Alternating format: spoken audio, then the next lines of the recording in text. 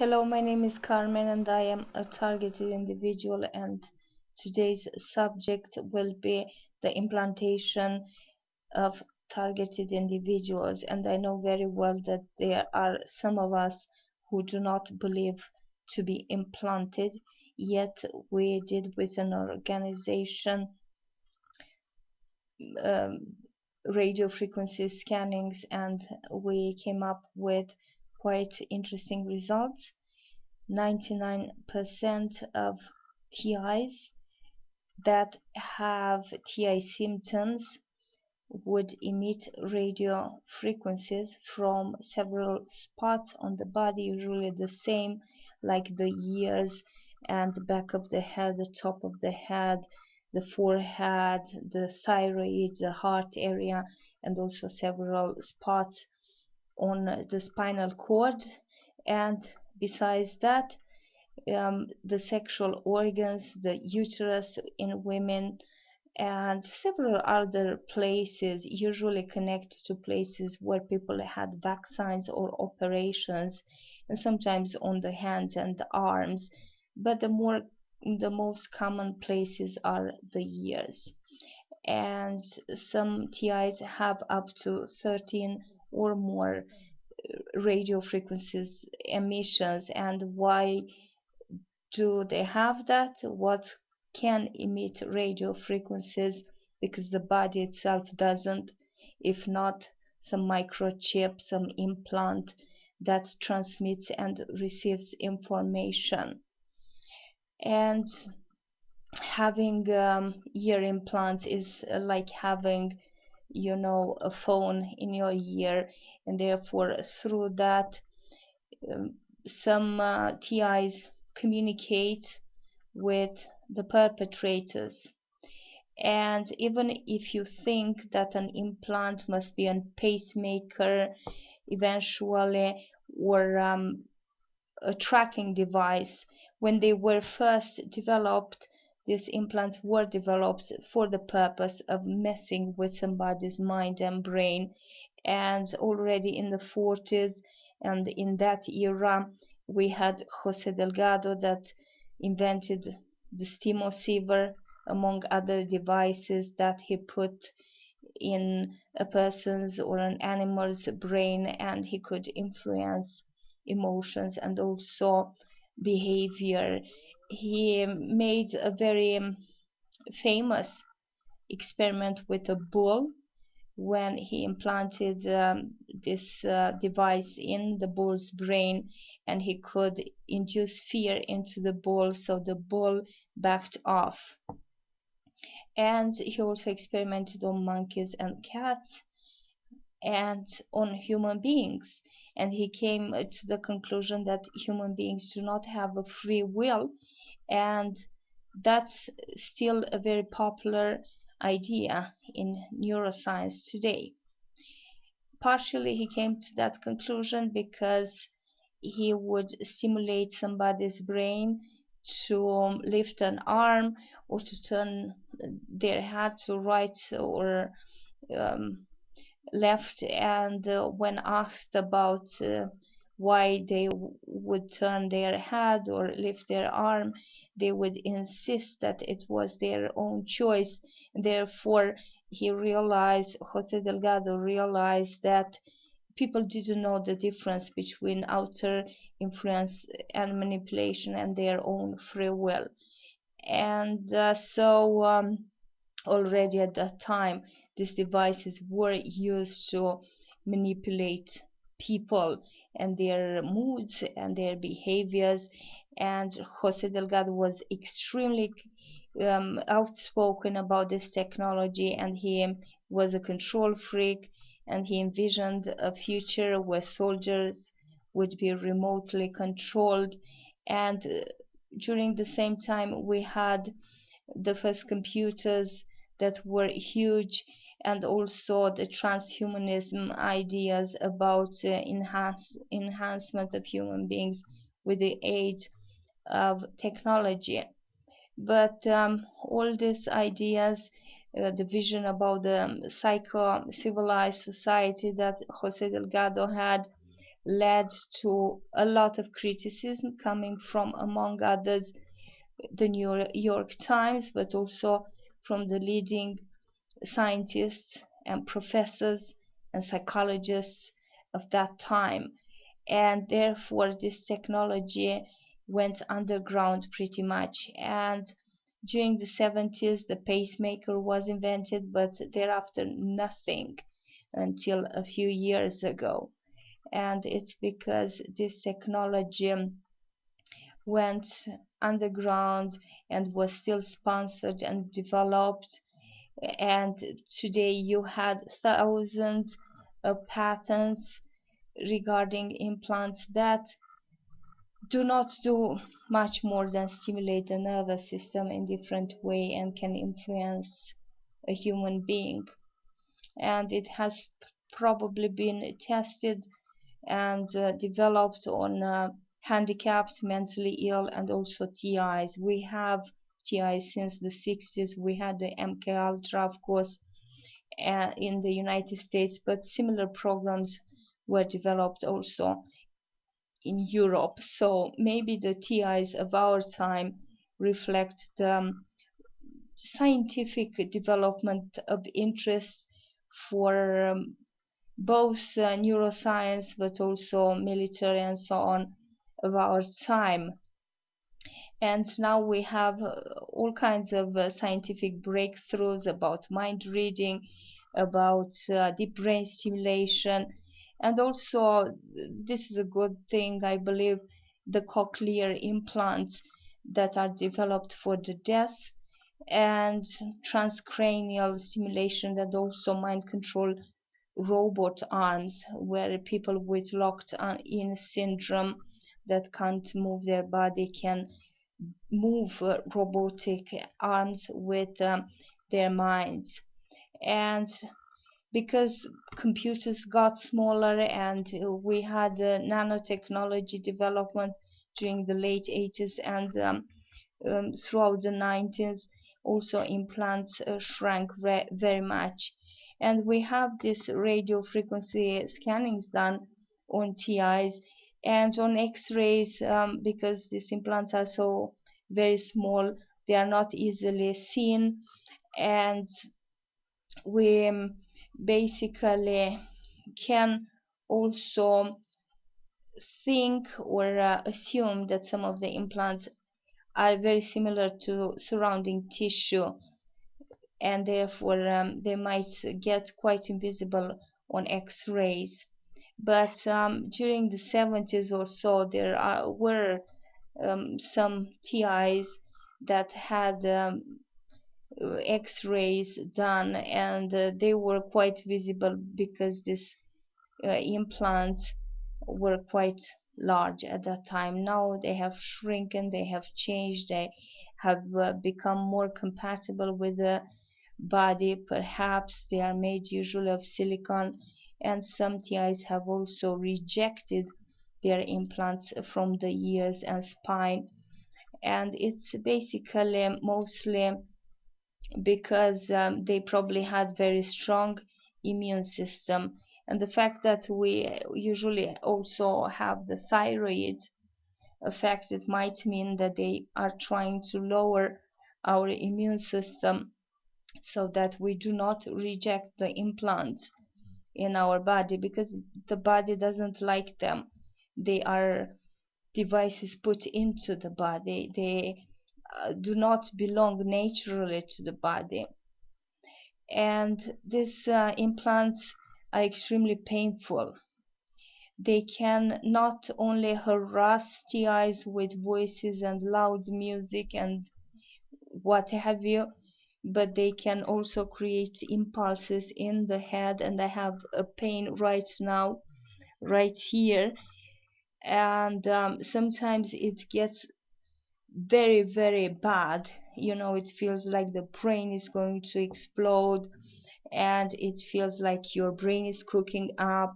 The headaches are horrible, and there is this blurred vision as well, and you can't see or you can't take in information properly. So it's like you read, but it doesn't reach your mind. But the worst, of course, is the pain, and it can start in the spine somewhere at the heart level, and it rises up. But the first pain the TIs usually feel is in the back of the head, and the torture can get so bad that it is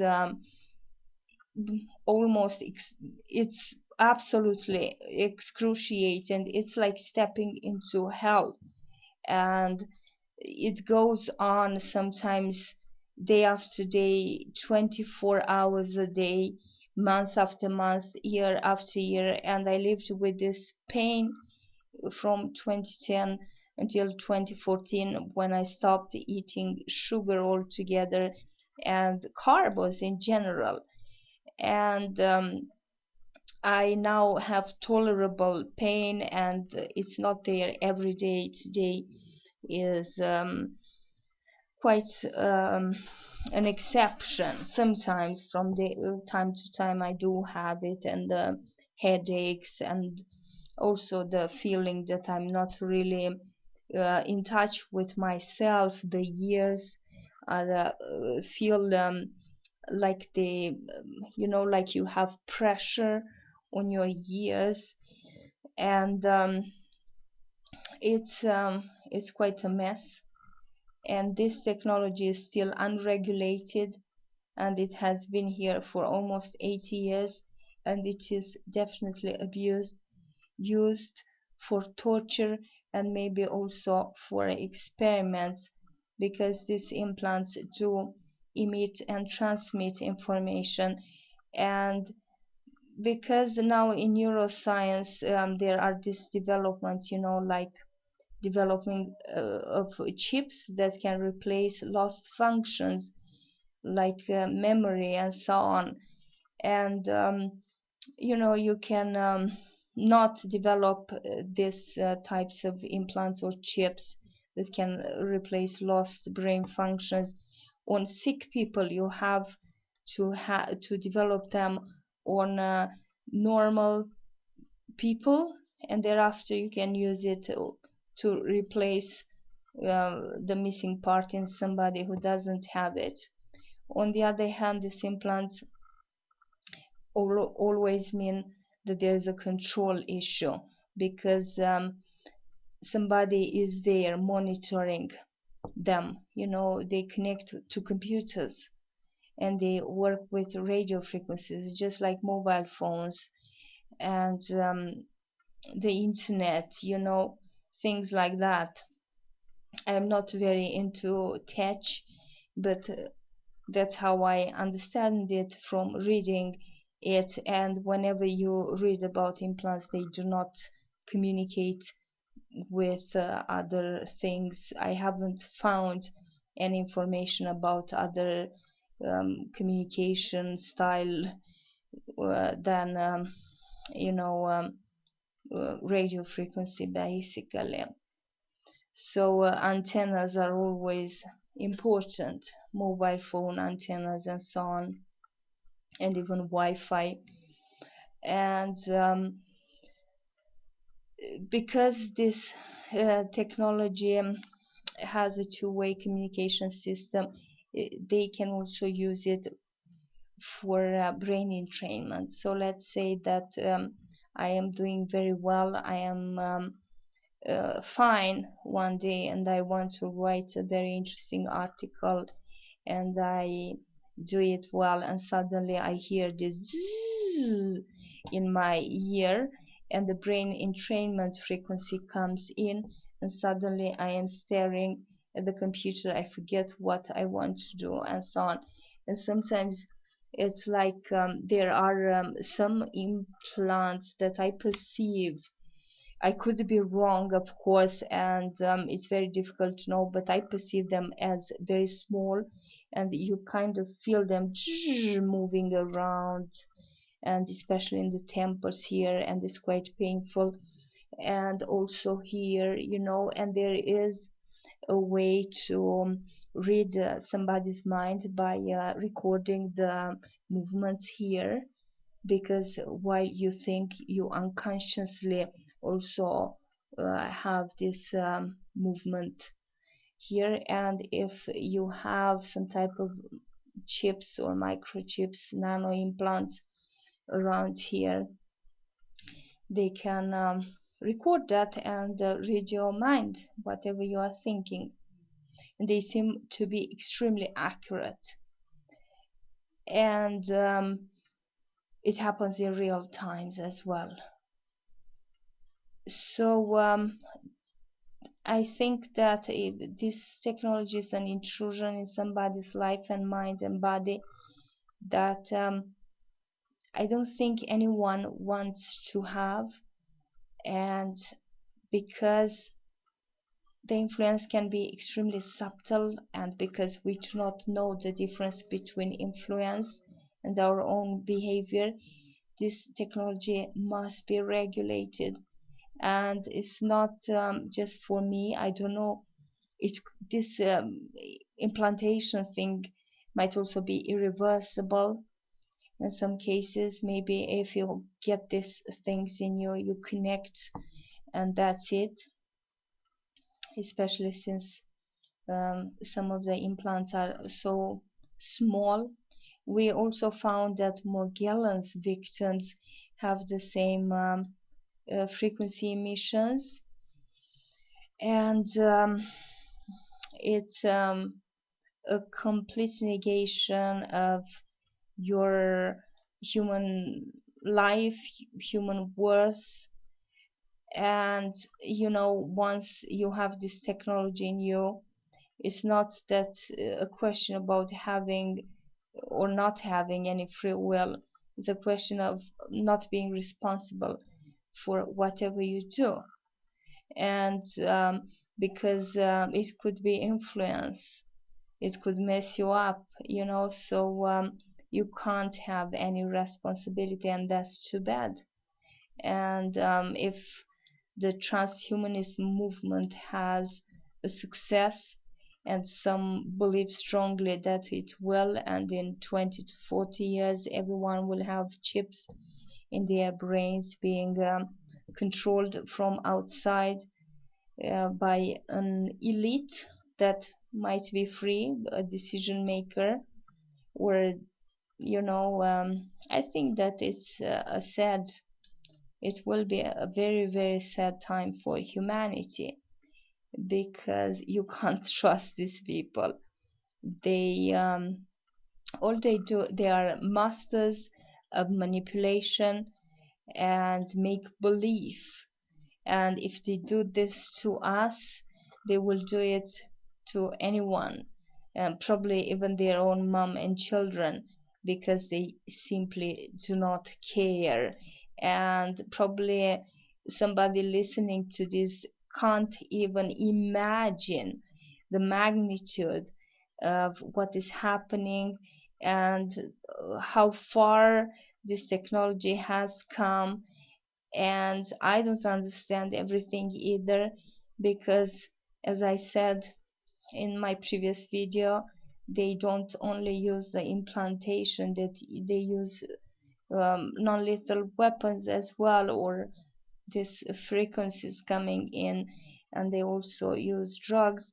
And but for this mind control also to work, it's like they constantly have to lower your um, your self-esteem in some way, because if you do not feel that well, you are weaker, and then you are open to mind control, and therefore maybe there is so much torture we experience.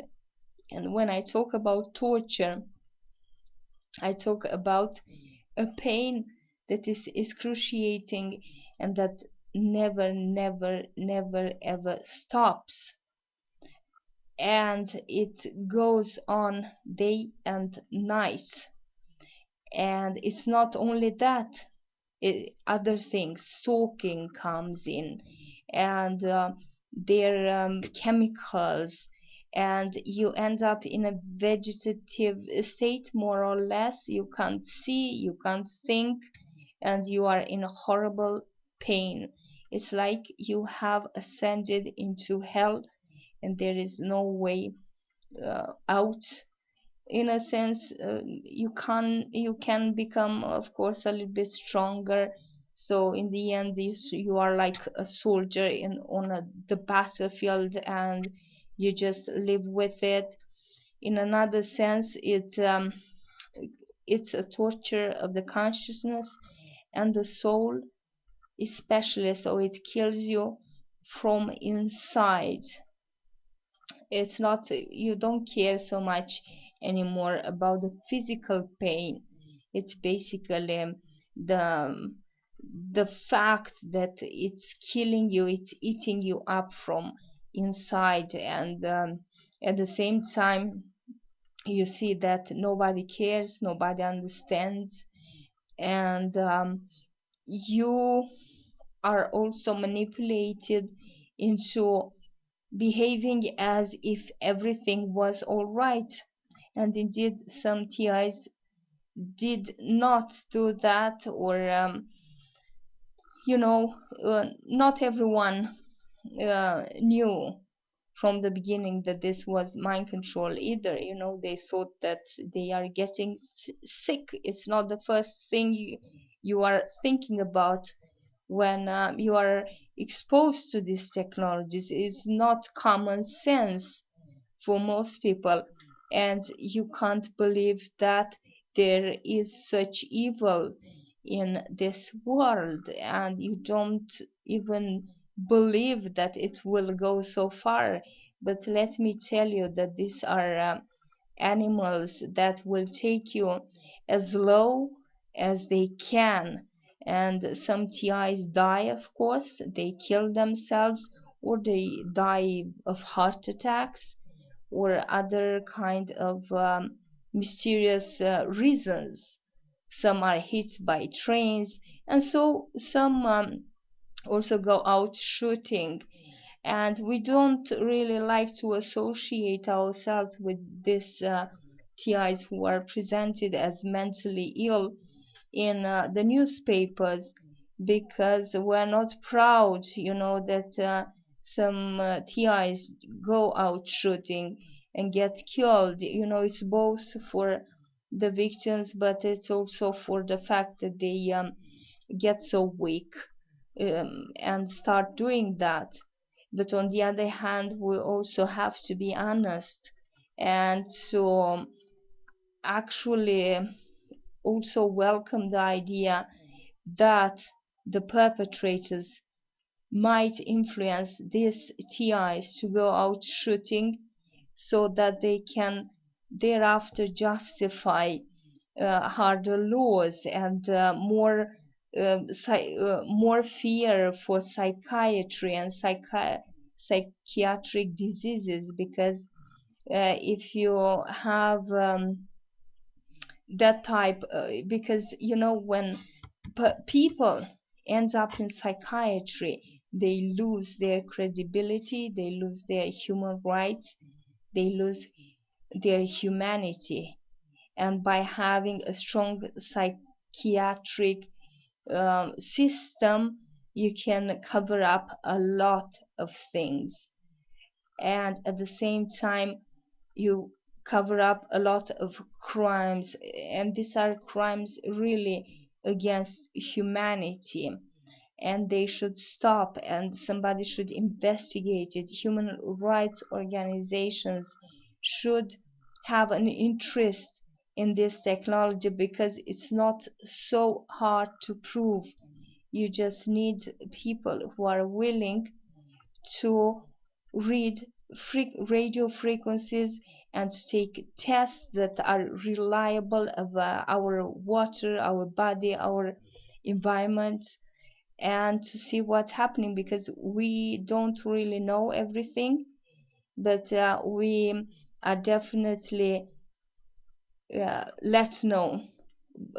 We know from the perps, from the stalkers, from their infiltrators, we know what's happening, and we know very well that it is real. They let us know from the very beginning. I think that when they want to initiate you into the TI thing. And some of us live isolated without anyone around us. Some end up on streets, some end up in psychiatry, some live quite normal lives, but some are plagued also by diseases, and probably there are several types of research that they might do on us, or the type of torture, depending on what they can do. You know, if a TI that they choose out has a very strong family, they can't break that apart, because they go after the family first, usually the mother, so that they can destroy the family. And sometimes full families are destroyed like that. And they also have a thing for children.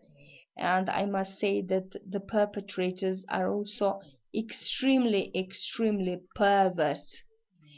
And I can't even imagine how somebody would allow a perp to get into a child, you know, for whatever reasons. And it's horrible. And I think that you know, it's not fairy tale, it's real. It's extremely dangerous.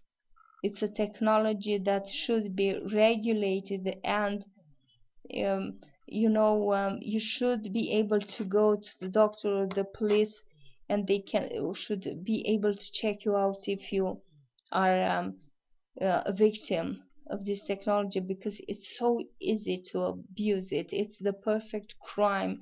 Everything is small and invisible. Thank you for watching.